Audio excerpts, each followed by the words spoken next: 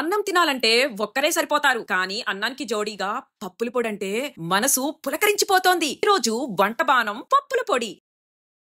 Stove on చేసి ఒక pan పెట్టుకొని ఒక 10 నుంచి 12 ఎండుమిరపకాయలు పటాపటా చింపి పాన్ లో వేసుకొని వేయించండి. పుట్నాలు అదేనండి వేయించిన శనగపప్పు వేసి పప్పు బాగా గోల్డెన్ అయ్యే వరకు వేయించండి. ఓవర్ అయిపోతే టేస్ట్ గడిచిపోతోంది.